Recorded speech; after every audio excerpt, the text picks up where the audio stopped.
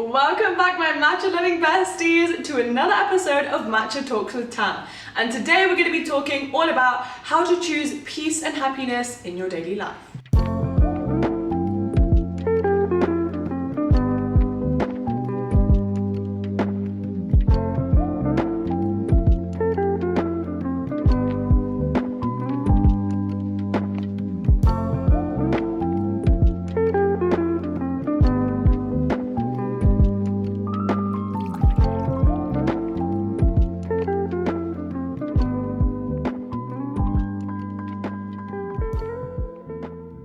I think this topic is a really interesting one because of course we all want to be happy and we all chase joy and peace, and yet we find ourselves constantly in situations where we're always choosing the opposite route or action. I definitely had my own toxic trait of always choosing stress and chaos, and while that might not sound like it makes sense, it was because I found that whenever my life did get peaceful and was actually normal and stable, I found that it was so boring. Same with when good people came into my life, I found it boring. There was no spark, there were no butterflies there, and so I pushed them away or I rejected them and ended up choosing people that were consistently bad for me. And sadly, so many of us have become so accustomed to that constant noise and drama that we are unintentionally making the wrong decisions for ourselves all of the time. So grab your matcha, because in this video I'm going to be sharing all of the mindset shifts that helped me and can help you guys too, to step away from those familiar patterns and instead become the most peaceful, happiest and securest version of yourself in your life. Before we get into it, be sure to check out all of the links below in my description, where you can check out my 2 other YouTube channels, one of which where you can see my daily routines on Tamkaur vlogs, and the Self-Obsessed podcast YouTube page, where you can now watch all of my podcast episodes, which are also live on Apple and Spotify. You can also check out my Instagram, my TikTok and my Snapchat, where I always post little bite-sized lessons or daily vlogs. And of course, be sure to check out my book that recently came out and is now available to order worldwide on Amazon. It's called Buy Yourself the Damn Flowers, and it is the ultimate guide to learning how to live, think, and practice self-love in your daily life. And finally, a special shout out to BetterHelp, who is the paid partner of this video.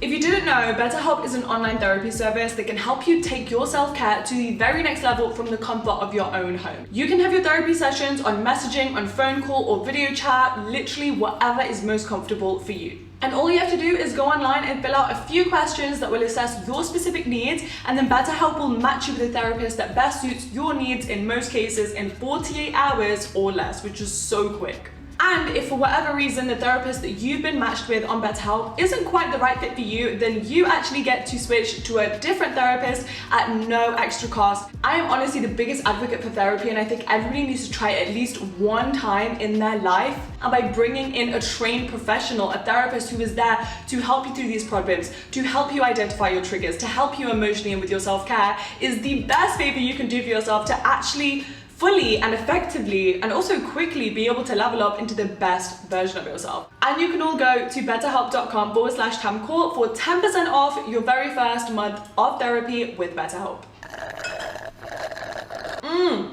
Matcha never gets old. I've been using Genki matcha for 2 months now, and I've been making it at home, and nothing compares to Genki. And I actually asked them for a code to give you guys because I know the pain of going through all of these ceremonial or premium matchas and the taste just never hits. This is the best one I found, and I don't want you guys to waste money on any of the powders. So definitely check out this code on the screen or the link below in the description. So let's talk about the journey of creating a truly peaceful life. And I think I have to start this by mentioning probably the biggest mistake that I've made for such a long period in my life, which was spoiling what I could have been grateful for by constantly dwelling on what was yet to come or what I don't have yet. And I think some of the things that I spent so much of my life praying for, like my first 100,000 subscribers, or just the process of setting up my first business, or just graduating university, goes like that in an instant.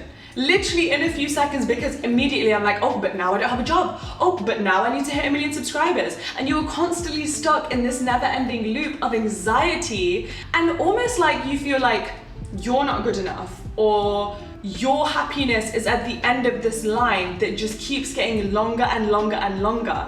That line and that destination that's gonna make you happy or make you feel okay is constantly gonna get longer, because with every single thing that you do achieve that you think is actually getting you closer to the end, It's not, it's pushing you further away. The destination in your life is one singular moment. The journey is the days, weeks, months, and years of pursuing the thing. So imagine if we keep sticking in this cycle of saying, I will only be okay when I have that thing.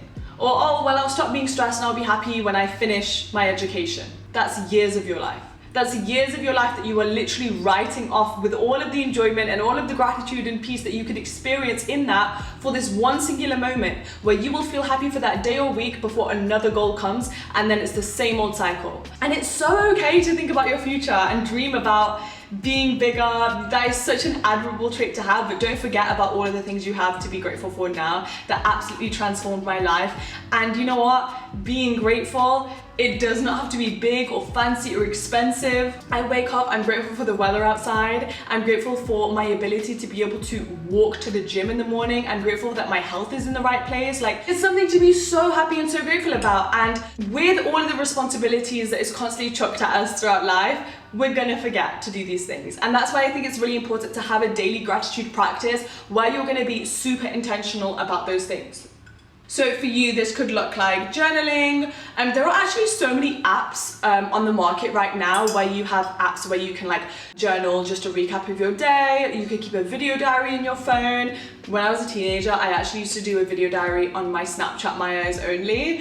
And literally every day I would come back from school and I'd just talk to myself about what happened that day at school. And it's giving yourself that quality time where you can actually recap every single thing that happened in your day so that then you can finally be consciously aware of all of the amazing things that happen to you. But it's those little things, being aware of them, that really helps raise your vibration and make you realize that your life is actually pretty amazing, even though you might not have all of the things you're wishing for right now.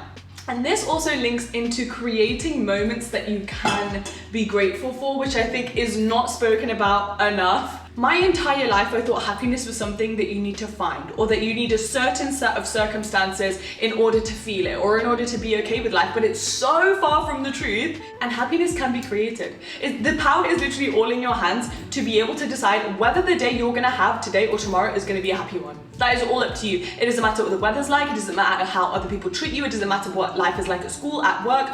You decide what the narrative of all of those situations look like, what your mindset is gonna be throughout all of those situations, and the meaning you put to every single experience you have throughout each day. And when you finally commit to this practice of trying to find joy in the regular, everyday, mundane moments, you actually free yourself, because now you feel less dependent on external circumstances in order to feel that happiness. Because you start making it a habit where you're like, it doesn't matter what I'm doing, where I'm going, what my responsibilities are, I know I can still extract happiness from no matter what I'm going through or no matter what I'm surrounded by. So an example of this is when you have your everyday mundane activity of cooking yourself dinner, for example, right? Your mindset on the one hand could be, oh, I can't be bothered, this takes so much time, it's boring, like I can't believe I'm an adult and I have to cook for myself 3 times a day, like this is so long, I have too many other things to do, I don't have this time, right? You can then shift that once mundane, boring, horrendous task that you did not want to do to, I'm gonna play some jazz music, I'm gonna make myself a nice little mocktail or cocktail while I have it, I'm gonna put on my favorite show in the background, I'm gonna put on all of the mood lighting in my kitchen or in my apartment, wherever I am. I am gonna try out a new recipe, or I'm gonna bake myself a little sweet treat right after to just romanticize the entire experience. Oh my God, guys, this is actually the perfect time to make this point, because guess what I did this morning? I woke up and I thought I'm literally gonna have a bubble bath for myself this morning. And if you don't believe me, then go over to my vlog channel, because I am actually vlogging my entire week right now, and I vlogged the process of what it's like to have a bubble bath in the morning. Like, light candles, sit there, bath milk, bubble bath, doing a bath bomb first thing in the morning, rather than waking up at the last minute, running into the shower, trying to get ready, jumping straight into work. I thought I'm gonna have a slow morning. And just that act of having a morning routine is all of a sudden so much more exciting. I ended up having the same old work routine throughout my day, but the energy has shifted because I decided to change things up and put a little bit more magic into my day. And so now what brings me peace is these little moments that otherwise could be so easily overlooked, because you're constantly waiting for the day that you get invited to a big party, or when you're going to be celebrating yourself, when it's your birthday, when it's Christmas. But no, every single day it's the occasion. Oh my God, what also links into this is one new habit I've had is every single day I wake up and I'm like, okay, I know I have all of these responsibilities. I've got emails, I've got admin, I've got work to do. But what is one thing I can do today that makes me look forward to today? That gives me some sort of joy or dopamine spike. So, shall I plan a movie night for tonight? Shall I go on a really long scenic walk along a route that I've never even been so that I can become a tourist in my own city? Shall I go on a random bike ride in the rain just because I've never done that before? Shall I start baking because it's been a few years since I've even given myself the chance to do so? And it sounds so simple, but for such a long time, I used to wake up and I would think in the opposite way. I would think about the things I wanted to avoid, which meant that every day I was waking up in kind of a mood of scarcity and fear. But I was like, okay, I'm gonna go to school. Hopefully that teacher doesn't pick on me. Hopefully no one says anything to me. I hope my outfit's gonna look right. I hope my hair's gonna look right. I hope nobody thinks this of me. It's so easy to think like that, but when you cut that out and you replace it with, oh my God, I'm gonna learn this, or I'm gonna do this, or I'm gonna walk into that room like this, or I'm gonna wear this outfit that's gonna make me feel this way, that is when you start inviting peace into your life rather than stress. And speaking of stress, it's definitely something that we cannot easily avoid. A lot of the time, we choose chaos or we choose people that are bad for us, not because we are self-sabotaging and not because we hate ourselves and we want to make these horrible decisions for ourselves, but rather because that chaos and that toxicity or those bad situations are just rooted in familiarity. And so if you have been so used to being raised in an environment that was loud and chaotic and maybe didn't treat you right around certain characters that maybe weren't the best for you, you are going to continuously seek out people like that in your friendship or in your relationships unintentionally, because when you receive a person who is the opposite, who is super peaceful and doesn't align to those traits that you've seen your whole life and actually does serve you and is good for you, it's going to show up as boredom, or it's going to show up as fear, or it's going to make you think this person isn't right for me, or I'm settling, or I can't be doing good for myself, because on the inside your brain is actually so scared of being in a situation where everything is uncertain. But in order to truly achieve peace, you have to start practicing the habit of going towards the things that are not familiar to you. And also, when you begin to see discomfort as just a normal, regular part of life that everybody goes through, you'll stop feeling the need to label it as something bad and something that immediately needs to be changed. Sometimes it's just about going through the experience and seeing where it takes you. When we jump to labeling things or trying to have the answer or predict the outcome, we are robbing ourselves of so much experience that we could have, because a lot of the time when you are trying to put a label on it, or when you're trying to see where it's going to go, you shut yourself off to certain things because you've already made up what the ending is going to be in your head, rather than seeing where that brand new experience could take you. Probably somewhere you've never been before, probably somewhere where there could be so much peace, but you wouldn't know that.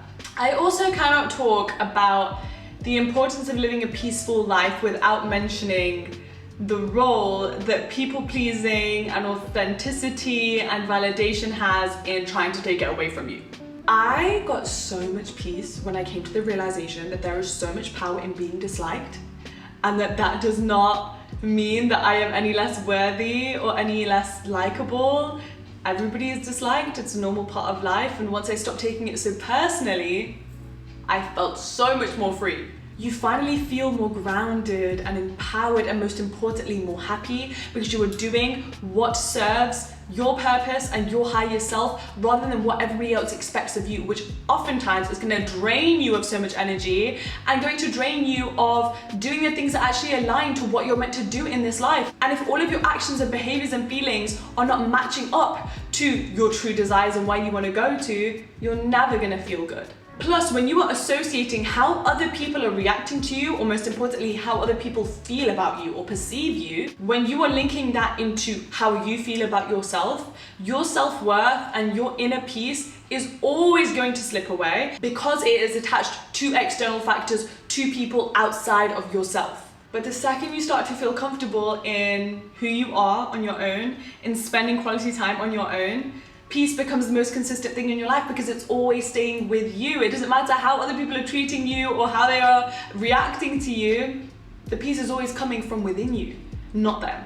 And that's why I think the most important thing when it comes to bringing more peace into your life is to let go of the need of trying to make other people anything, but most importantly, trying to make other people understand. The most freeing lesson I ever learned was maybe like 2 or 3 years ago, and my entire life, not my biggest struggle, but one of my biggest struggles was the struggle of feeling like I was misunderstood by everybody. And that no matter how much I tried to explain myself or how much I tried to express myself, nobody would ever really get it. Nobody would ever really get me or understand me or give me the benefit of the doubt in the way that I gave them the benefit of the doubt and so on. But once I realized that being misunderstood is such a normal part of life and is actually the most freeing thing you can go through, the more peaceful my life started to feel.